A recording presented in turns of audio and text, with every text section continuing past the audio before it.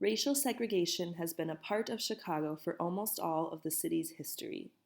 Early Black residents of Chicago lived in the Black Belt, which at this time was an opportunity for free Blacks to own property, achieve an education, raise families, and run businesses.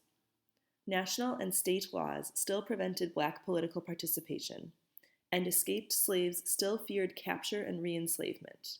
But the Black Belt provided opportunities for Black community development and organization. However, over time, racial segregation became more codified in Chicago, reinforced through white violence, police power, and laws and systems controlling housing.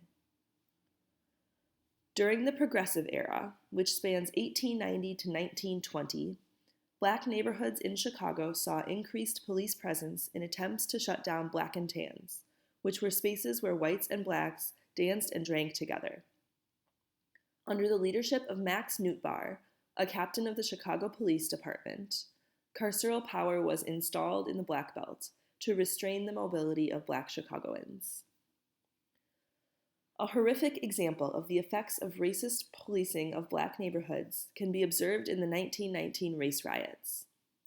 The race riots began in Chicago on July 27, 2019, when a Black teenager drowned in Lake Michigan after violating the unofficial segregation of Chicago's beaches and being stoned by a group of white youth. This sparked more than a week of rioting between Black and white Chicagoans. During the race riots, white gangs entered the Black Belt and attacked Blacks, who armed and defended themselves, but did not retaliate by entering white neighborhoods. Chicago police moved most of its force to the Black Belt, leaving Blacks in other areas of the city vulnerable. Further, Chicago police contributed to the riots by failing to arrest whites, contributing to violence against Blacks, and arresting Blacks at twice the rates of whites. In the end, 23 Blacks and 15 whites died, and 342 Blacks and 195 whites were injured. Thus, not only does carceral power affect the mobility and space of Black Chicagoans during normal daily life, but it also allows for extreme violence against Blacks. The Great Migration of 1910 to 1930 brought an influx of Blacks to Chicago.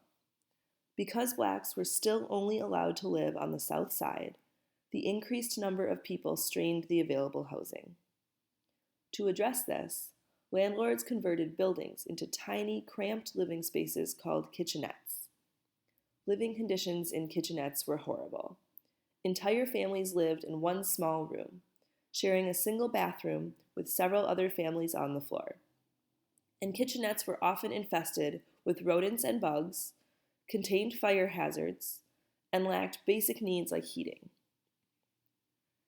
At the end of World War II, Blacks began migrating out of the Black Belt and their cramped kitchenettes and into the surrounding neighborhoods. However, neighborhoods across Chicago had developed restrictive housing covenants to establish housing in their neighborhood as whites only, and many Blacks faced bombs, threats, and other violence to dissuade them from considering integration. In 1948, the Supreme Court declared restrictive housing covenants unconstitutional, but speculators and banks still engaged in redlining practices to extort Black homeowners and prevent Black mobility outside of the South Side. After World War II, and in the face of another influx of Blacks to Chicago from 1940 to 1960, the Chicago Housing Authority developed public housing as an attempt to address the shortage of available and safe Black housing. This resulted in public housing projects such as the Robert Taylor Homes and Cabrini Green.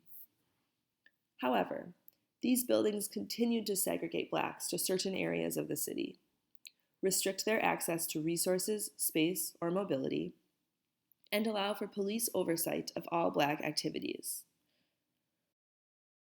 Further, by placing so much of the Black community in one place, public housing projects overloaded nearby public schools, worsening the quality of public education for Blacks in Chicago. Today, segregation in Chicago is not much better.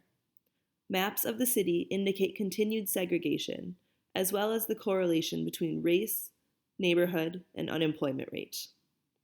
Low-income neighborhoods continually face the threat of gentrification, in which wealthier residents and businesses move into a low-income neighborhood, thus raising property values and displacing the low-income residents. The infamous 2013 closing of several Chicago public schools claimed to target underutilized schools, mainly on the south and west sides, which, due to continued neighborhood segregation, means that the school closings actually targeted schools serving Black and Latino children. In conclusion, residential segregation in Chicago continues to be a serious problem that affects other sectors of life, such as education, career, safety, and economic mobility.